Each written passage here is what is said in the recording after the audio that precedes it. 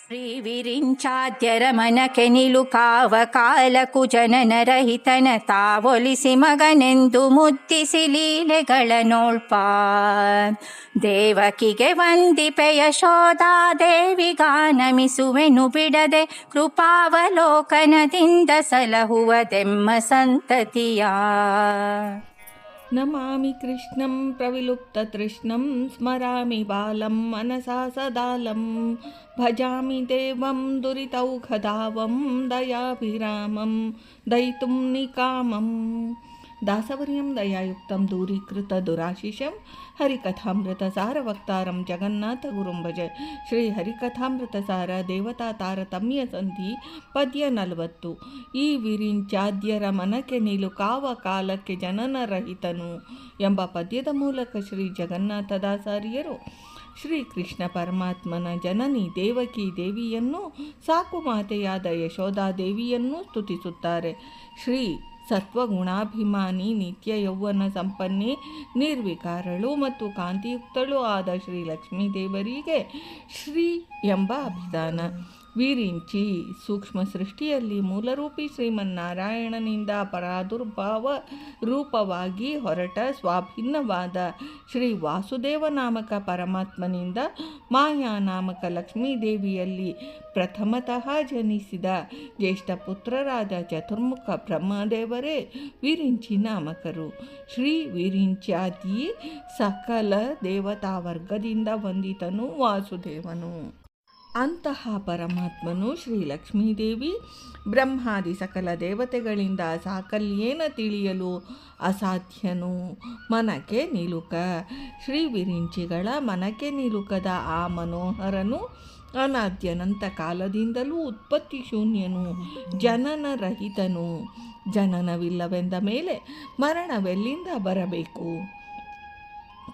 ಇದರಿಂದ ಆದಿ ಮಧ್ಯಾಂತರಹಿತನು, ಅಜನಾಮಕನು, ಶಶ್ವದೇಕ ಪ್ರಕಾರನಾದ ನಿತ್ಯ ನೂತನನು. ಜನನ ಮರಣರಹಿತನಾದ ಜನಾರ್ದನನನ್ನು ತನ್ನ ತಪಸ್ಸಿನ ಫಲವಾಗಿ ಪುತ್ರತ್ವೇನ ಪಡೆದ ದೇವಕಿ ದೇವಿ ಪರಮಧನ್ಯಳು. ದೇವಕಿ ದೇವಕ ಎಂಬವನ ಪುತ್ರಿ, ಇದರಿಂದ ದೇವಕಿ ಎಂಬ ಅಭಿಧಾನ.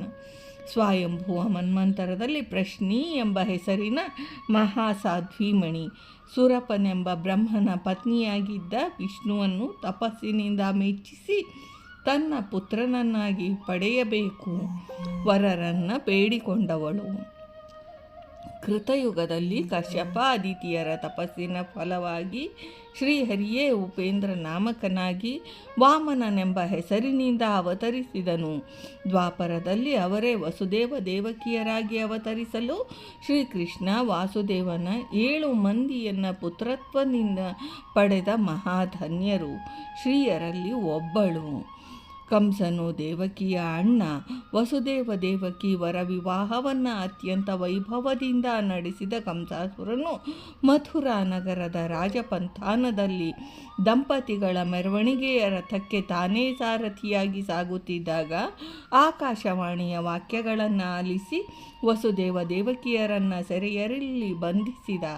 ದೇವಕಿಗೆ ಆದ ಪುತ್ರರನ್ನೆಲ್ಲ ಸಂಹರಿಸುತ್ತಾ ಬಂದ. ಅಷ್ಟಮ ಗರ್ಭದಲ್ಲಿ ಶ್ರೀಹರಿಯೇ ಅವತರಿಸಿ ವಸುದೇವನಿಗೆ ತನ್ನ ದಿವ್ಯ ರೂಪ ಸಂದರ್ಶನ ಭಾಗ್ಯವನ್ನಿತ್ತ. ವಸುದೇವನು ಶ್ರೀಕೃಷ್ಣನ ಆದೇಶದಂತೆ ಶಿಶುವನ್ನು ನಂದಗೋಕುಲಕ್ಕೆ ಕರೆದೊಯ್ದ. ಅಲ್ಲಿ ಕೃಷ್ಣನು ಬೆಳೆದ ಕಾರಣ ದೇವಕಿಯ ಪುತ್ರನ ಬಾಲಲೀಲೆಗಳನ್ನು ನೋಡಲು ಅವಳಿಗೆ ಆಗಲಿಲ್ಲ. ಯಶೋಧಾದೇವಿ ಗೋಕುಲದ ಅರಸನಾದ ನಂದಗೋಪನ ಪತ್ನಿ, ಶ್ರೀಕೃಷ್ಣನ ಸಾಕುತಾಯಿ, ತನ್ನ ವಿಧವಾದ ಬಾಲಲೀಲೆಗಳಿಂದ ಯಶೋದೆಯನ್ನು ಸಂತೋಷಪಡಿಸಿದ ಶ್ರೀಕೃಷ್ಣ ಯಶೋದೆಗೆ ತನ್ನ ಪುಟ್ಟ ಬಾಯಲ್ಲಿ ವಿಶ್ವರೂಪವನ್ನು ತೋರಿಸಿದ ವಿಶ್ವಂಭರನು. ಅಂತಹ ದೇವಕಿ ಮತ್ತು ಯಶೋಧಾದೇವಿಯರಿಗೆ ಭಕ್ತಿಯಿಂದ ಆನಮಿಸುತ್ತಾರೆ. ತಮ್ಮ ಸಂತತಿಯನ್ನು ಅಂದರೆ ಪುತ್ರ ಪೌತ್ರಾದಿ ಸಕಲ ವರ್ಗವನ್ನು ಸಂರಕ್ಷಿಸಲಿ ಎಂದು ಪ್ರಾರ್ಥಿಸುತ್ತಾರೆ.